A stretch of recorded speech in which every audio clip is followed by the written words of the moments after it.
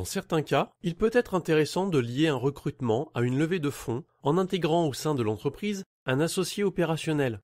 Il s'agit d'une alternative au modèle classique de levée de fonds plus recrutement. L'arrivée de nouvelles compétences ne se traduit pas par une charge, mais par une ressource financière supplémentaire.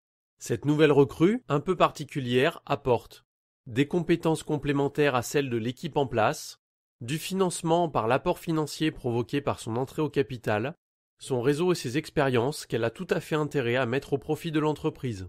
Parfois, cela permet à l'entreprise de renforcer son équipe par un profil expérimenté qu'elle n'aurait pas eu les moyens d'intégrer par un salariat classique. Il est d'autant plus motivé par la réussite de l'entreprise qu'il en possède une partie et peut donc espérer une plus-value sur laquelle son travail a une incidence. Bien que cette formule paraisse tout à fait idéale, il faut garder à l'esprit que cette nouvelle ressource aura un statut particulier dans l'entreprise. Son management sera spécifique car il ne sera pas seulement un salarié, mais aussi un associé. Sa motivation sera donc décuplée, mais ses exigences le seront aussi.